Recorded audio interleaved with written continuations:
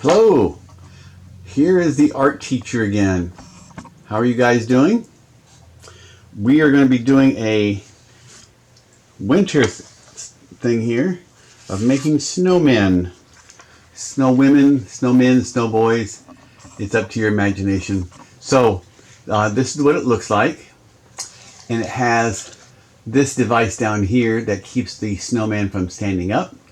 And you can make the snowman either just have the front face and nothing on the back, or the snowman that is the same on both sides. So let's get to it. Oh, you're probably wondering, aren't you going to do the elements and principles of design? Yes, but this time I'm going to do the end, and I'm going to have you pick which principle of design: balance, contrast, emphasis, movement, pattern, rhythm, or unity. And on the elements of art, you get to choose which one do you think. Is it going to be line, shape, color, value, form, texture, or space? Okay, let's get to it. So the first thing I did when I was going to make a snowman like this was, one, it needs 3 piles of snow. Well, to get these circular things going on here, you can use cups, lids, anything circular, and you may have to look around the house to get the right sizes, like large, medium, and small. Or you could use a compass. I have a kind of a fancy compass here. You can have a compass that you just open it up. You probably have something a little more simpler than mine, but it took me some trial and error to figure out which ones I want, and they're going to overlap. And you just make 3 circles, whether you're tracing lids, cups, saucers, whatever, or if you're using a compass like this or something like this. And it does take a little trial and error. So my first one had a lot of extra lines until I found the one I wanted. Excuse me. Once you get yours done, I am using like watercolor paper. It's a little heavier than regular like typing paper, copy paper. So, but you can use construction paper, something stiffer. It's up to you. And then once I did that, I traced them and made extras. So what I did with the extra one was I cut this one like this, and you'll see why in just a little bit. Okay, let's put this one off to the side. Now, once you did this, this is just your practice one. This will be for something else. But once you get your snowman made, you can add a little extra color and get a little value in here to get it looking rounded. And you don't have to spend a lot of time. I didn't spend a lot of time. You can make it really look a lot better than mine for sure. Let me see, do I have anything on the back? Okay, so you can do that, and that's just going to be the basis. You do that first, and then you're going to start adding things to it. Now this lesson is going to be pretty short because I'm actually not going to make one in front of you. I've already got some made. And so once you get this done, then you're going to say, what do I want on my snowman? For instance, the one I showed you had a scarf. Well, that's made out of origami paper. But you can use wrapping paper, or you can even draw with crayons on top of it to see what you want to do. And you'll notice that I have some arms on my snowman. You're going to see that they're really twigs. Let me get close up. They're twigs that I've gotten. So I went outside and looked around, and as a matter of fact, I had extra arms, so I put them in a tube like this, snowman arms. So I have extra arms for extra snowmen, snow people. So, and I just close that in like that, and I can store that for either next year or for later on today, whenever I need them. So there's snowmen. So, and I just hot glued them on.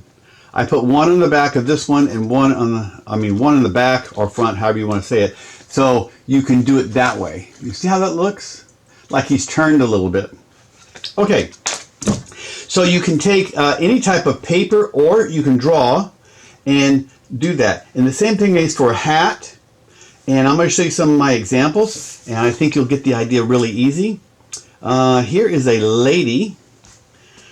So I got 2 sheets of origami paper, and actually I think I did more, because this paper here had a solid color background, which was this. So I used that so it would match. But this one only has a back. I could have drawn some extra lines for hair or whatever, but this one is just going to be for the front. And I did, of course, the mouth, the carrots, the eyes. Now, something I could have done with this was gotten, and I have it someplace, a little beaded line, like a ribbon, but it has like little beads. So I could do a little thing of pearls. I could do a necklace. I could do a purse. I could do a lot of extra things to this. And this stands up very nicely, just like that. Of course, you can't see it from the camera view. Then there's the, I'm from the 60s, so a little hippie. Look at that, I made a little pigtail here. So I just got some brown paper, and now here's where this comes into play. How do I know how to cut the brown paper? Well, I put this on the brown paper and I trace it, and that gives me the shape and the form of how it's going to fit. The same thing for the shirt here. See?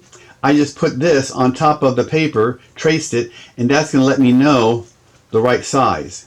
And the same thing goes for anything you want to put on the bottom. I was thinking of putting a Scotsman with a kilt and maybe a little bagpipe. Oh, the imagination, you can just go crazy. So here's another one I did, a drawing of a scarf. I did crayons. I kind of try to curve around the shape of the snowman. Just put a little cap on top. Turn it on this side. And this cap has one of those long things, like a winter cap. I don't know where they would wear those, but a long one in the back. That's not hair, that's a cap. And I got the ribbon, the scarf in the back. And that stands up pretty nicely too. Here's one. I put a big dress on. Got a fancy hat. Again, that's when you have this off. You can put that on paper, and it tells you where the head is going to be.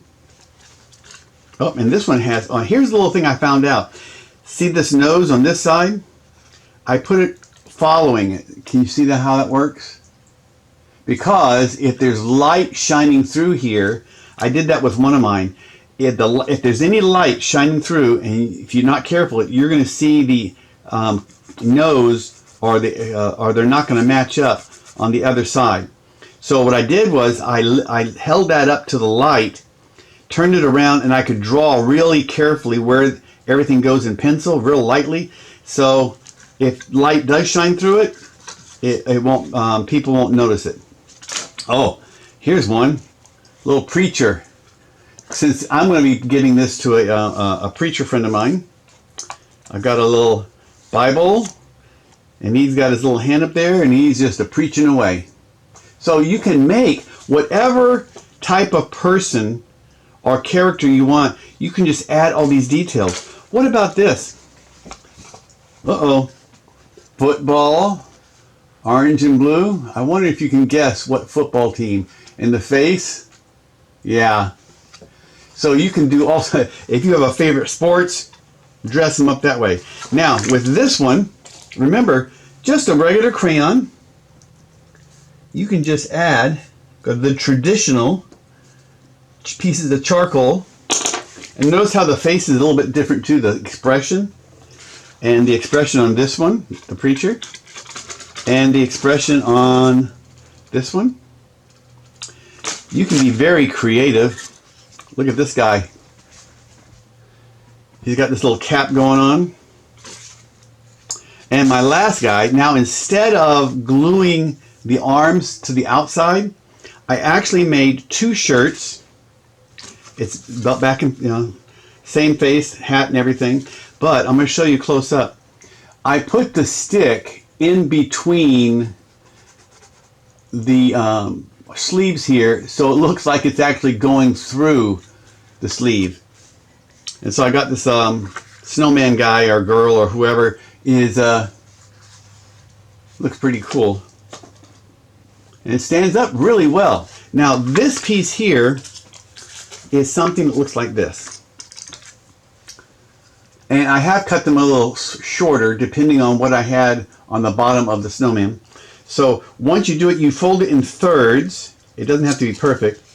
And then you can either hot glue, be careful with the hot glue, or just regular glue, Elmer's glue. Put it there. If it's Elmer's glue, you want to spread it with your finger to get an even coat.